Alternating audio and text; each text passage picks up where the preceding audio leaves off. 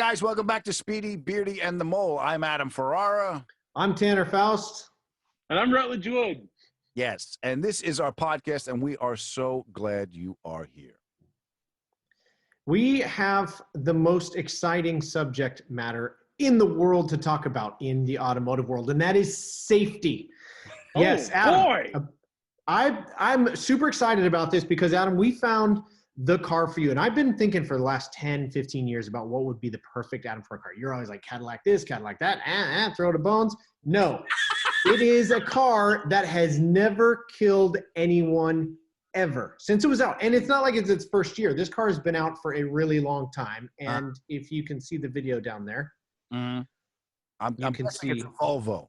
Yeah. Is that Swedish steel, which we all know is the strongest kind of steel? Swedish steel? By the way, Swedish steel is it's blades of steel.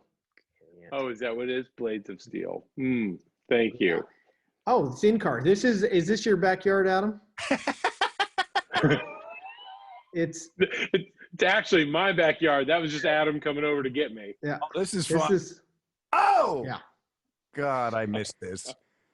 Now, this guy's got this is not the exact car that has never killed anybody, but yes, it is a Volvo. I can't remember the movie where they said it sure is boxy, but it's safe. Oh, Tom Hanks. Yeah, Animal Farm? Was it Animal Farm? That's the George Orwell novel. I don't think it was Animal Farm. Also, Farm? Are you thinking of Funny Farm? Funny Farm, thank you. That was Chevy Chase. That was Chevy Chase. No, Crazy Son. No. Yeah, it was Michael Keaton. Yeah, I'm sorry, Tom Hanks. It was Michael Keaton. You're right. Yeah, and they came up with advertising slogan. Volvo. Right, Steve? Volvo. Did you see that? I called the name out. Good. Yeah, what's the name of that movie? Funny Farm. No. Chevy Chase. Chevy Chase. Something about an insane asylum. Anyway, they formed an advertising agency, and they came up with One Flew Over the Cuckoo's Nest? Are you talking about Chief? No, that was Jack Nicholson. I like asking Tanner about movies that have been made in like the last 15 years. Was it Eyes Wide Shut, Tanner? He didn't see that. Is that the one where they cry in the rain? No? So this is how you want me to try. Are you thinking of The Notebook? Yeah, that's the one. I'm like the Tanner Whisperer, the one where they cry in the rain. And you're like, people cry in the rain in tons of movies. You're thinking of the crazy people. Crazy people. There you go. Crazy people. Yeah. Isn't that what I said? That's what I said. You didn't say it. No. So, yeah, I'm terrible at guessing names here. And Rutledge, you and I should play charades probably. But that video, your home video there, Adam, was spectacular. Is this like it's like Thanksgiving? The whole family gets together? That was his Thanksgiving get together on Long Island. Ma, hey, go big or go home, Ma. Yeah. Watch Tony Park. Watch Tony Park the Volvo. This is the best. That's awesome. My New York accent is so bad. It's really fun. I think you should take us to that sushi place again and then do pickle shots. That's funny. Oh, Tomoe sushi. Oh, and then pickle chasers after sambuca shots. Yeah. Here's the thing: they have to be. The audience has to know what we're talking about. Tanner got loaded on pickle shots and threw up in Brooklyn and made it back to my apartment. That's the story we're trying to tell you. Yep. Good times. Allegedly. In a Volvo. I had sushi with him. He's like, "Hey, let's go out," and I was like, "No, I'm good. I'm gonna go to the hotel." And he's like, "I got a funny feeling about this one." Yeah. I'm just eating uncooked fish. I feel like I'm already tempting fate. Let's chase it with sambuca and pickled juice. That was a good idea. Do you know what this is? Do you know what this is making me realize? The reason that I was so averse to the thought of sushi is because growing up, y'all know my experiences with fish were once Donald Robinson, my childhood friend, his dad tried to make baked fish and I barfed. The other kind of fish I had as a kid was from Captain D's. And so when I heard people talking about raw fish, I was like, the stuff like at Captain D's but not cooked? Oh, and I think that's why my whole life I was always like, I don't know about this stuff. Guys, I think it'd be cool. I don't know about this stuff.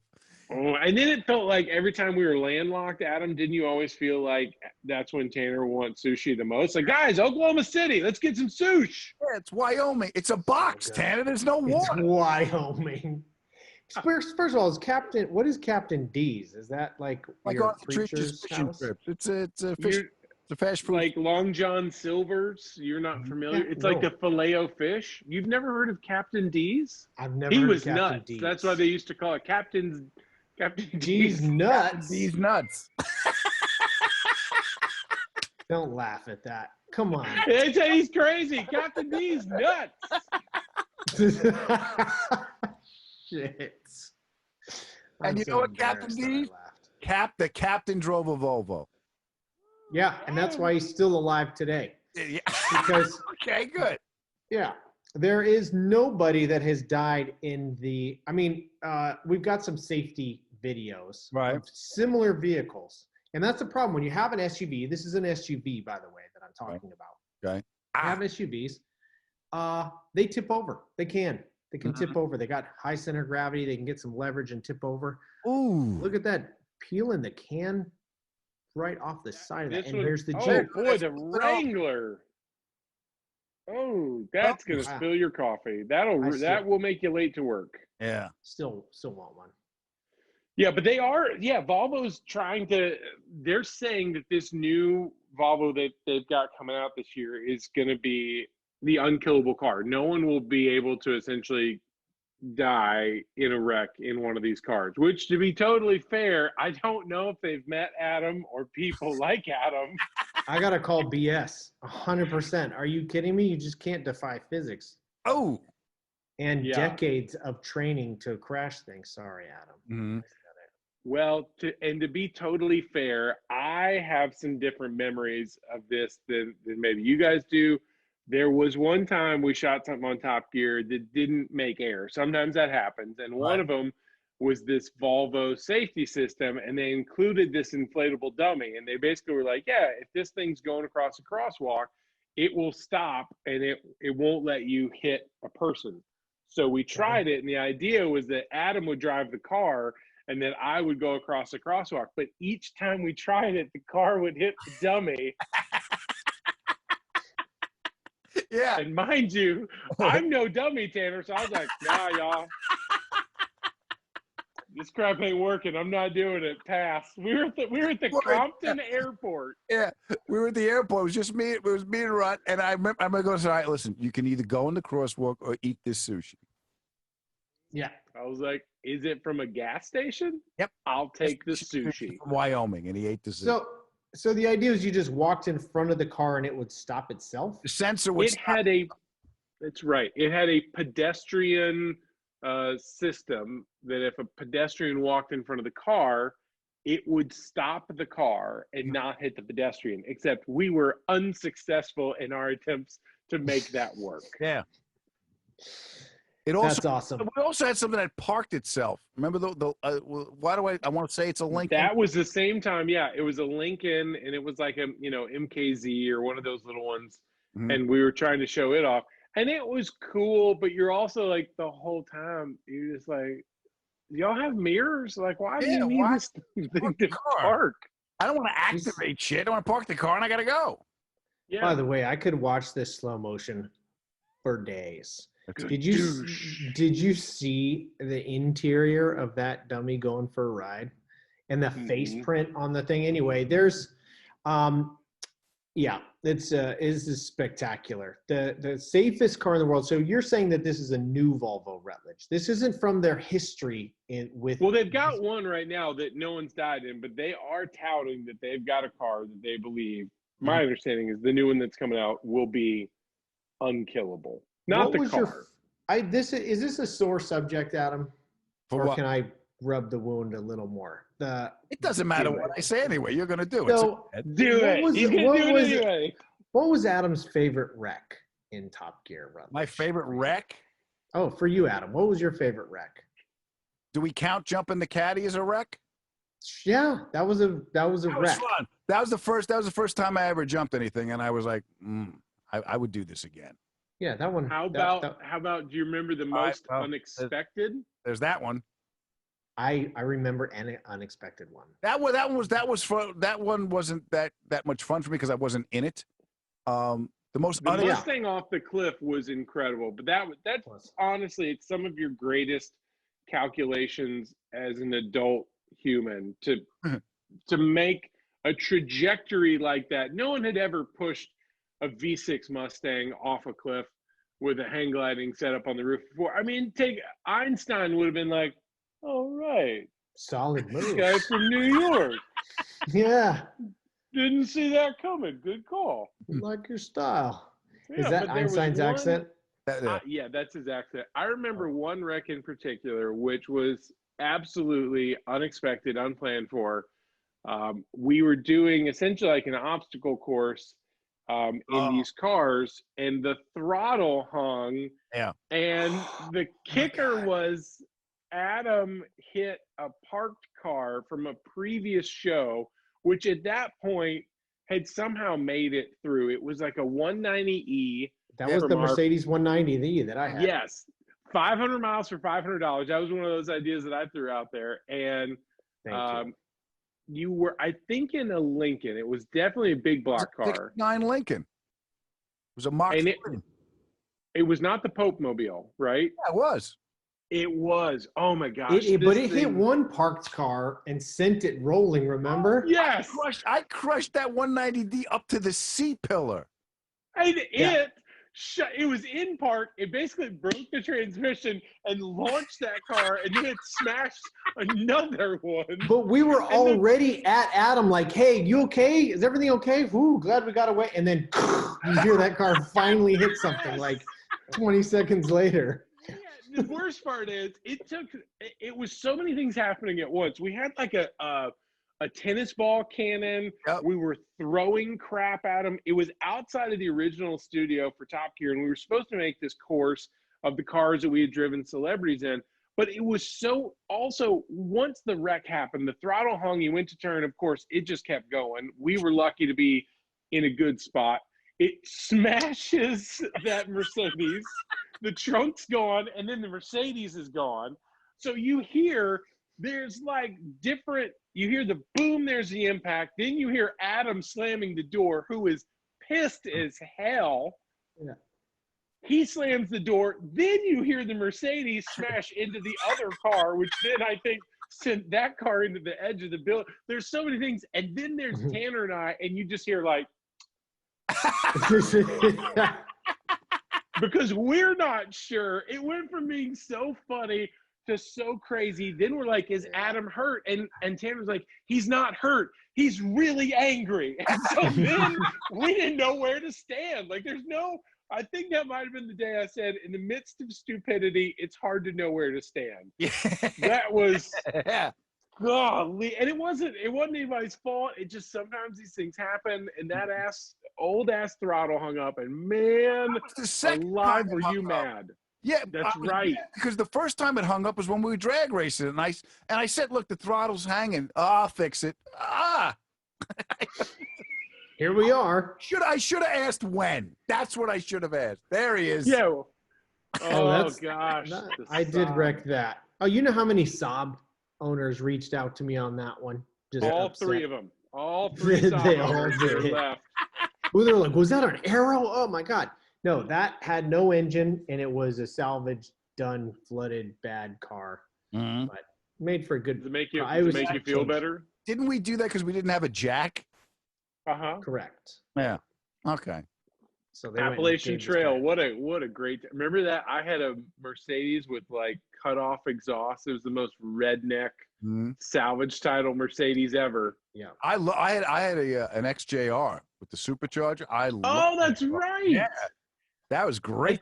I think one of our producers, Adam bought the chain. Yes, I would say the chain of command was like, hey, we can't sell these cars to the public. Do any of you want one of these? And these two would always say no, and I would always say yes. And then if I didn't have room to take another crappy car home, then sometimes it would go to the producers. Our friend David bought the Vigan, the Saab. He fixed it up and made it cool again. Adam bought that Jaguar. He drove it for like a year, supercharged, and loved it.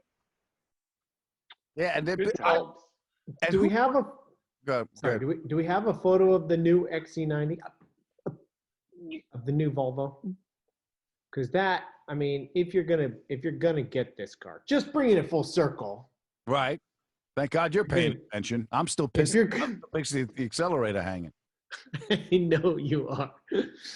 I know it does I'm the only one that cares about staying alive on this show. Look at that, Adam, your new car. Ah. Merry Christmas. I mean, we're not actually going to pay for it. Do not challenge me. I'll kill myself just to make a point. I think it would make for a good video. Yeah. I think for the record, that would not be a bad vehicle for you, Adam. Just and Tanner probably agrees, people that care about you and your safety. Thank you. If it's truly unkillable, I just think you should do a test drive. All right, I'll do a test drive, but I'd still rather have a 63 Lincoln. Yeah, I hear you. I hear you. I hear you. Right? Isn't that what they teach in therapy? I hear you. Yes, I just want to make sure you understand. I hear you. All right, be sure to drive. That one I'll drive. That one you'll drive. My gosh. Absolutely. That's a little more your style. You don't have to worry about where you park. You know what I saw the other day? They got a Volvo El Camino. A Volcamino? A Volcamino. There's one out here. It's blue. Really? It's blue and yellow. And it's like an old 240, maybe a 7. The old square headlights. Yeah. That's solid. 2 of those. Yeah. Those are good. I mean, those are, for the record, weird cars. I can't remember who is Volvo owned by Tata? I think it is. I think Tata owns Volvo now, the Indian company. Or something, right? Yep. No, pennies on the dollar. Surprise. There it is. Look at that. Yeah. So my parents had a 79 Volvo wagon that they named Helga. That was the first car I ever rode in as a child. It was a forest green 79 wagon. Those things are literally still so cool. Literally the same as me. Yeah. Come on. Forest green 79. It was a manual. Yes, no power steering, I don't think. And at 70 miles an hour, it was black vinyl seats, and at 70 miles an hour, the windows would start shaking. So that's when I could tell we were late for school because Mom was speeding down the hill. And it was, oh my gosh. Yeah, that was the first car that I rode around in also. That's amazing. What are the chances? My mom hated that car because it didn't have power steering, and it was a manual. But, in 79, 80, like that was it. Those were the jam, man. Mm-hmm. Yeah. Now listen, that was the car, Tanner, that you went to school in. What was this 78 Cadillac? There was an event that happened in that car as well. It was a Coupe de Ville. Mm-hmm. And that was later in high school. It was my grandfather's pride and joy. Yes. And then one day then he's like, it was gray. Leather bench seat went on for miles. Like every turn you could see somebody in the back seat slide across the mirror. And I used to drift that thing around a little bit, but what event exactly are we talking about? It's your childhood. I thought, didn't you defy the laws of physics with this Cadillac? Didn't you see if it was better upside down? Upside down? No. Did you didn't roll that one? That's it. Look at that thing. Grandpa? Oh, wonderful. Wonderful. Oh, wow. It was a different grandpa, but still, I like your style. That is amazing. So that's the voice that my other grandfather always made. Oh, okay. And he's legend. This grandfather, he was a door-to-door doctor, and he took this Cadillac door-to-door to do house calls. Mm-hmm. And it was awesome. It had the same wheels, everything. That thing was so badass. I think it was a 435 cubic inch engine. Mm-hmm. Rear wheel drive, would do brake stands and smoke the tires while people were walking on crosswalks right in front of you. Allegedly, it did jump pretty good. I did destroy one of the front suspension. I think it was the front left side. And my stepfather never quite figured out how that happened. But there was this road called Beulah that had the 3 little pigs. There were 3 little jumps, and that thing wasn't the best landing machine. But oh my gosh, good times in the Coupe de Ville. You had, for the record, to hit a little jump on the road. that car weighs so much. You would have had to have been going so fast to feel.